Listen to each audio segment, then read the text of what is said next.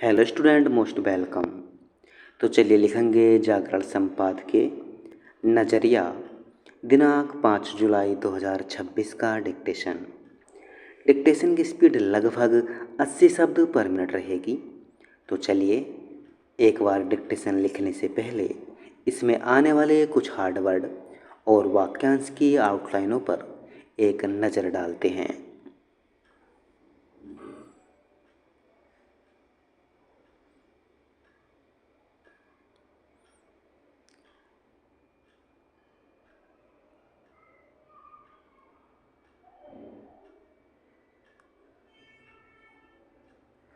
तबीयत सही नहीं होने के कारण गले में कुछ दिक्कत है।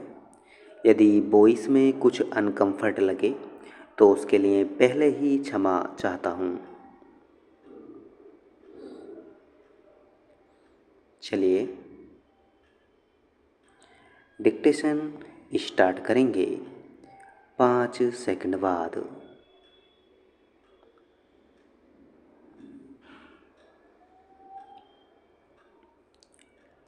केंद्र सरकार ने गैर कानूनी गतिविधि अधिनियम यानी UAPA के तहत पाकिस्तान और उसके कब्जे वाले जम्मू कश्मीर में रह रहे 23 आतंकियों को सूचीबद्ध करके न केवल इन आतंकियों बल्कि उनके आकाओं अर्थात पाकिस्तानी सेना एवं उसकी खुफिया एजेंसी IASI को यही संदेश दिया कि भारत आतंकवाद को लेकर सख्त है और उसकी उन पर निगाह भी है।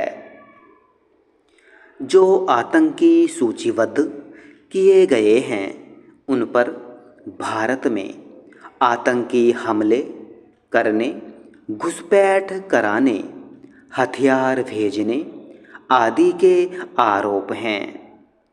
इनमें से कई भारत में हुए आतंकी हमलों या उनकी साजिश रचने में शामिल रहे हैं।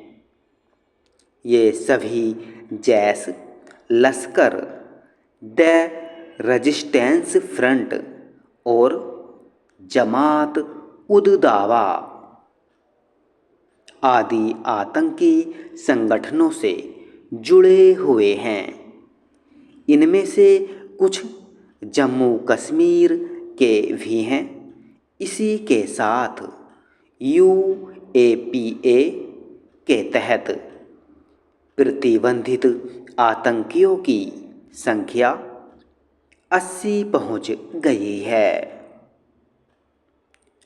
चूंकि भारत सरकार ने इन आतंकियों के ठिकानों को भी रेखांकित किया है, इसलिए पाकिस्तान पर इसका कुछ न कुछ असर अवश्य पड़ेगा।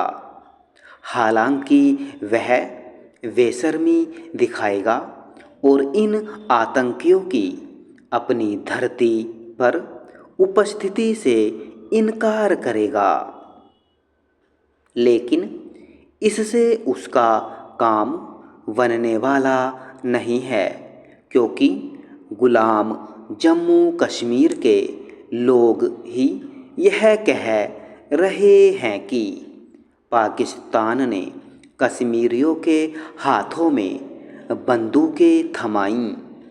एक तरह से उसकी पोल उसके ही कब्जे वाले लोग खोल रहे हैं।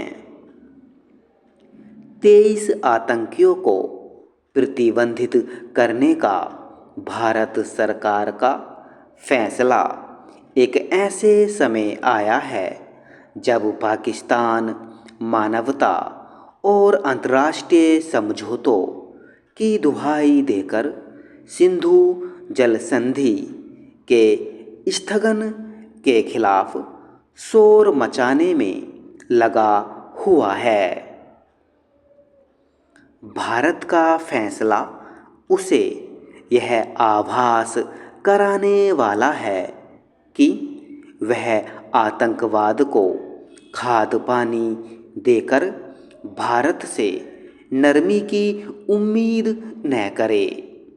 यदि पाकिस्तान यह चाहता है कि उसे सिंधु जल समझौते के तहत पानी मिले तो उसे भारत के लिए खतरा बने आतंकियों को पालने पोसने से बाज आना होगा। उसे यह समझना ही होगा कि खून और पानी एक साथ नहीं बह सकते। जैश लश्कर आदि के आतंकियों को प्रतिबंधित करने का निर्णय उन पाकिस्तानियों के साथ भारतीयों को भी संदेश देने वाला है जिन्होंने पिछले दिनों भारतीय और पाकिस्तानी प्रधानमंत्री से यह आग्रह किया था कि दोनों नेता संबंधों को बहाल करने की दिशा में आगे बढ़ें। यह आग्रह कितना मूर्खतापूर्ण था इसे इससे समझा जा सकता है कि किसी ने और यहाँ तक कि कथित शांति प्रेमी भारतीयों ने भी यह नहीं कहा कि संबंधों को सामान्य करने के लिए यह आवश्यक है कि पाकिस्तान उस आतंकी ढांचे को ख़त्म करे जो भारत के लिए खतरा बना हुआ है। चूँकि पाकिस्तान यह काम आसानी से करने वाला नहीं है, इसलिए भारत को उस पर अंतर्राष्ट्रीय दबाव बनाने के लिए भी सक्रिय होना होगा। यह सक्रियता लगातार बढ़नी चाहिए। स्टॉप।